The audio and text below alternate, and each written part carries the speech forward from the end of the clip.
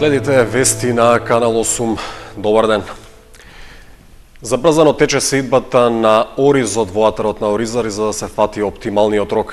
Сепак, земјоделците реагираат што полнењето на нивите не е добро организирано, па одделни површини се прескокнуваат за да се наводнуваат други. Земјоделците од регионот кои одгледуваат ориз се надеваат дека ќе го фатат оптималниот рок за сеидба, иако одминува и втората половина од април. Подготовката на површините и полнењето се интензивира во атарот на оризари, каде се зафаќа водата од реката Масалница. Со оглед на известното доцнење во сеидбата на оризот, некои од земјоделците се одлучиле да користат од турските семиња што беа донесени пред 2 години, надевајќи се дека нивниот пократок рок на вегетација ќе се вклопи во сегашните услови кај нас. Кај дел од оризопроизводителите пак постои оптимизам оти сепак навреме ќе ги завршат сеидбените активности и покрај неповолните временски услови што се појавија на почетокот од сезоната. За сега се уште е добро. Да, уште е. Ово се едни од оптималните услови, нели? Временски период кој треба да се сее ориз. Кој како стасаме, кој како сме пргави у тоа работењето, така. Сепак, земјоделците реагираат што полнењето на нивите се одвива хаотично, односно едни добиваат вода, а други се прескокнуваат. Слаба организација со тоа што по правило треба да се почне по ред и така. А во се преко ред. Пример, да речеме, јас ќе посејам, после може ќе биде сопрена водата и врапци ќе изеат тоа што е посејано. Тоа е, мора да се малку поорганизирано и ќе биде. Има двојца водари на толково поле. Ќе направијани нас водари. До 25 мај ако се посее добро е. Земјоделците се свесни оти постои и субјективен фактор поради кој полнењето на нивите не е координирано. Велат дека некои од нив задоцниле со претходната подготовка на земјиштето, па затоа не дозволуваат водата да влезе во нивните површини. Од друга страна, оризопроизводителите очекуваат и луѓето кои се задолжени за распределба на водата да настапуваат поорганизирано, за да може расположивите количини вода да се искористат што порационално. Во општина Чешиново Облешево се реализираат 2 инфраструктурни проекта за изградба на мост на Злетовска река кај селото Жиганци и еден бетонски пропуст кај селото Соколарци. Со подобрувањето на временските услови, продолжуваат активностите за изградба на мостот преку Злетовска река на регионалниот пат Р-2342 кај населеното место Жиганци.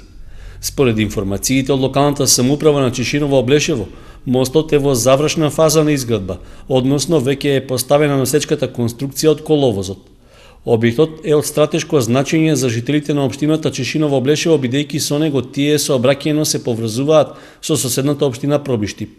Со тоа ќе се намали растојанието што треба да го поминат жителите од Жиганци, Соколарци и другите села од овој регион, а воедно ќе можат и побрзо да стигнат до Пробиштип и останатите населени места. Со тоа се зголемува и пристапноста до општината, а ќе се намали фреквенцијата на возила по магистралниот пат А3. Истовремено со овие градежни активности, во тек е изградба на армиран бетонски пропуст, односно мал мост кај местноста Коритарски дол во близина на гробиштата во селото Соколарци.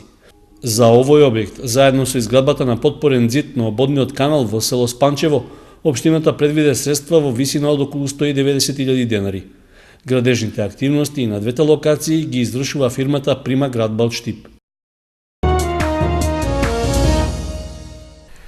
218 правачиња во Виница се на список за упис во наредната 2015-2016 година. Официјалната бројка е силно зависна од трендовите на миграција, што го представува поголемиот проблем наспроти помалиот поврзан со реонизацијата. Бројот на правачиња што треба да тргнат на училиште во следната учебна 2015-2016 година во Виница изнесува 218. Иако бројката не може да биде официјална до септември, поради тоа што дел од семејствата живеат во странство. 250 правачиња беа на список за упис во училиштата во Виница минатата година, што представуваше значителен пораст во однос на предминатата, иако овие бројки варираат од година во година. Во учебната 2014-2015 во основното училиште Никола Парапуно во селото Драгобраште беа запишани 12 нови ученици, додека во Трсино во основното училиште Кочо Рацин 14. Во учебната 2013-2014 пак во виничките училишта седнаа вкупно 150 правачиња, а минатата учебна година излегоа 171 полуматурант. Со оглед на тоа што има само две основни училишта, Славчо Стоименски и Гоце Делчев, помал проблем во Виница е реонизацијата. За споредба во Кочани, таа и тековната учебна година потврли. Најголемиот дел од правачињата се запишаа во основното училиште Свети Кирил и Методи, иако според местото на живење би требало да учат во соседното Никола Карев. И покрај тоа што градоначалникот Димитровски минатата година на седница на Совет даде наредба реонизацијата да се разгледа и да се поправи, годинава таа повторно остана на истото. Во основното училиште Малина Попиванова се запишаа 67 правачиња, во Раде Кратовче 50, во Крсте Петков Мистирков во Оризари 31, во Никола Карев само 40 правачиња, додека во основното училиште Свети Кирил и Методи 107. Ансамбли од Кочани и Стибања се на турнеја во Турција. Во Анталија се одржува славниот фестивал на детето, најголемот ваков вид во светот, кој секоја година обединува илјадници деца од сите континенти. 23 април, меѓународниот фестивал на детето, годинава се одржува во приморскиот бисер на Турција, Анталија.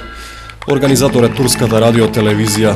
Како представник од Македонија, во Турција е најмладата секција на фолклорниот ансамбл Китка од Стибања. Делегација пак од Кочани, која вклучува фолклорна група, периодов исто така е во Турција, односно во Камлик. Генералниот директор на Турската радиотелевизија Ибрахим Ерен рече дека 23 април, меѓународниот фестивал на детето, кој Мустафа Кемал Ататурк им го подарил на сите деца, се приведува секоја година од 1979 наваму.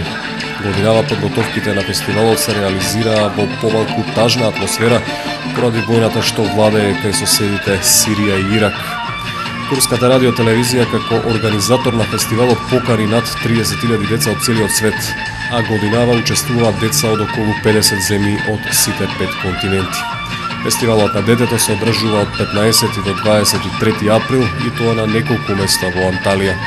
Организаторот изрази надеж дека како што е тоа пракса секоја година и годинава децата од сите страни на светот ќе имаат можност да се запознаат, да се дружат и да си поминат убаво и весело една недела во бисерот на Медитеранот.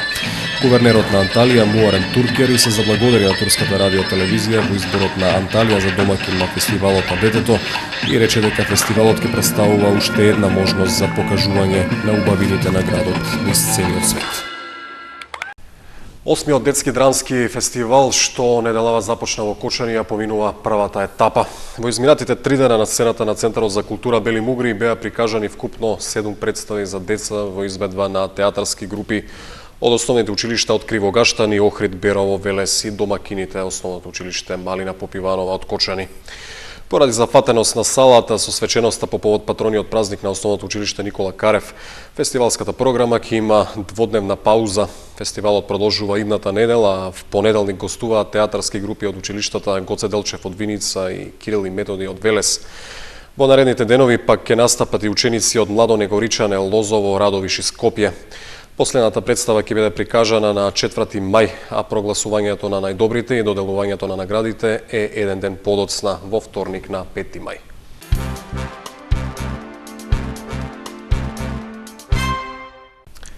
Министерството за внатрешни работи спроведува кампања за поголема безбедност на пешаците во сообраќајот. Во неја се вклучени учениците од прво и второ оделение од основните училишта, за кои се организираат показни вежби за правилно движење на улица. Грижата за безбедноста на пешаците, посебно од најмладите категории, е дел од кампањата што се реализира во текот на април и мај, а што започна денови со реализација на акцијата Недела на пешаците. Кампањата е во организација на Републичкиот совет за безбедност во сообраќајот и на Министерството за внатрешни работи, а на терен се спроведува преку општинските полициски станици. Целта на кампањата, во која е вклучено организирано преминување на деца на пешачки премин, е поголема едукација на сите учесници во сообраќајот, посебно на децата. Во неа се вклучени и учениците од прво и второ одделение од основните училишта во Кочани, како и децата од големите групи во градинката Павлина Вањанова. Во група, придружувани од полициски службеник, на децата практично им се укажува како да се движат во сообраќајот и како безбедно да ја преминуваат улицата. Кампањата треба да го подигне нивото на знаење на учениците за нивното учество во сообраќајот, а од друга страна да се зголеми свеста кај возачите за присуството на пешаците, особено на децата.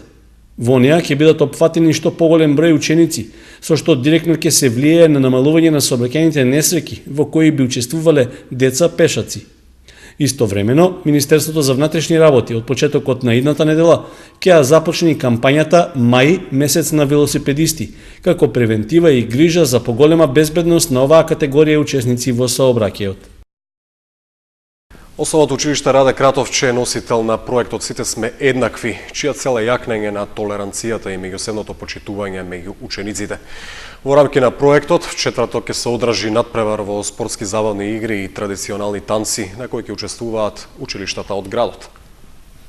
Основното училиште Раде Кратовче ја организира втората фаза од проектот Сите сме еднакви, што е поддржан од амбасадата на Велика Британија и од Министерството за образование на Република Македонија.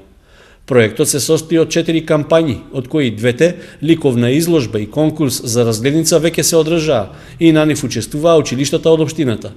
Проектот треба да придонесе за јакнење на толеранцијата и меѓусебното разбирање меѓу најмладите во општината, а има и хуманитарен карактер. Целта на овој проект е, учениците да бидат здружени, социализирани, сите заедно да играат, сите заедно да дружат. Една убава цел, но исто така имаме и цел хуманитарна помош за Иван Стојанов, кој живее во Кочани, но веруваме дека неговите родители се исто така од Кочани, а тој живее во Штип. Веруваме дека поддршката ќе донесе придонес да се соберат повеќе материјални средства.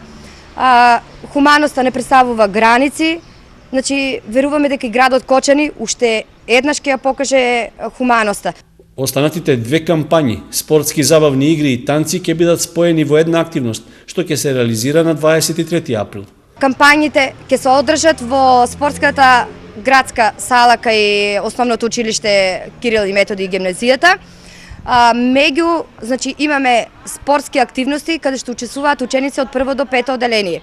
До сега се надпреваруваа наставници и родители, или ученици и наставници, но еве сега, учениците најмалите од 1 до 5 оделение се надпреваруваат.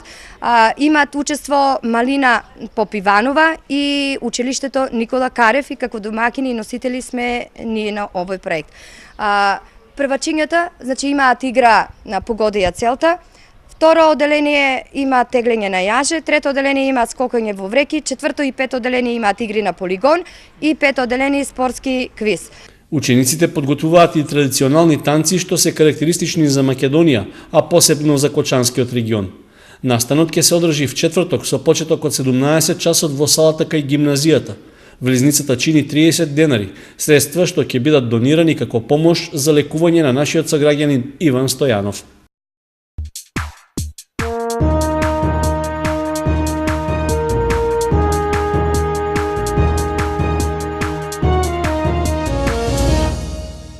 Во кусото продолжение информациите од спортот. Третолигашите играат вонредно 17-то коло. Осогово ја преживува најслабата сезона во клубската историја, паѓајќи во втората половина од табелата во онака нискиот ранг на надпреварување.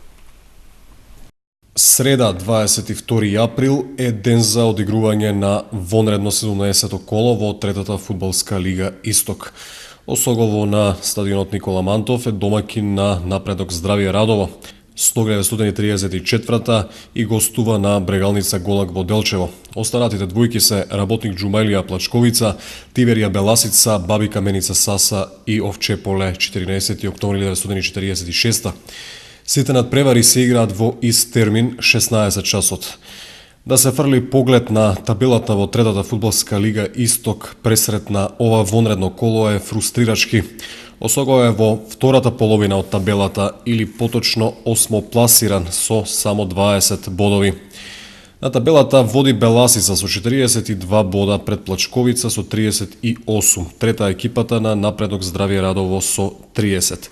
Во првиот дел од сезоната и Осогово гравитираше кон горниот дел од табелата, но како што одминуваше сезоната, така се спушташе се подолу. Овчеполе во моментот е четврто пласиран со 25 бода пред Каменица Саса со 22, на делба на шестата позиција се Брегалница, Голак и Работник Џумајлија кои имаа по 21 бод.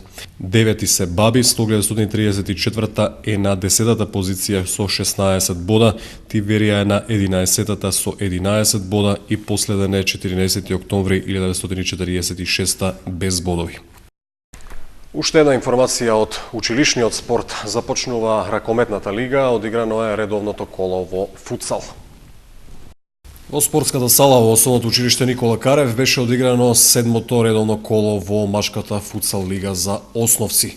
Резултати имали на Попиванова, Свети Кирил и Методи 1:4 и Никола Карев, Крсте Петков, Мисирков 7:1. Табелата ја предводи екипата на Никола Карев пред Раде Кратовче, трета екипата на Свети Кирил и Методи, четврта Малина Попиванова, петти е Крсте Петков Мисирков.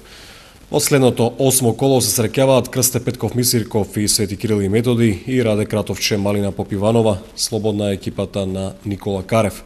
В четврток започнуваат надпреварите во ракомет. Ракометната лига оваа година ќе има карактер на пробен проект. Пријавени за учество се само 4 екипи во машка конкуренција. Надпреварите започнуваат во 11 часот во спортската сала во Основното училиште Никола Карев, а двојките за првото коло се Никола Карев, Свети Кирил и Методи и Малина Попиванова, Раде Кратовче.